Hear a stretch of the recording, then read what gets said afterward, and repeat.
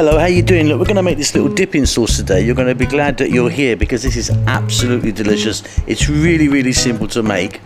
And yeah, let's get moving. Okay, so look, I've got half a cup of vinegar. Now I'm using cane vinegar. You can use something different if you want. 1 cup of soy. I'm using a light soy. Tablespoon of chopped onion. About a teaspoon of garlic. 1/4 teaspoon of black pepper. Fresh chili, as much or as little as you like, thinly sliced, and then some brown sugar. Just got like a teaspoon of that. You could adjust all of this, by the way.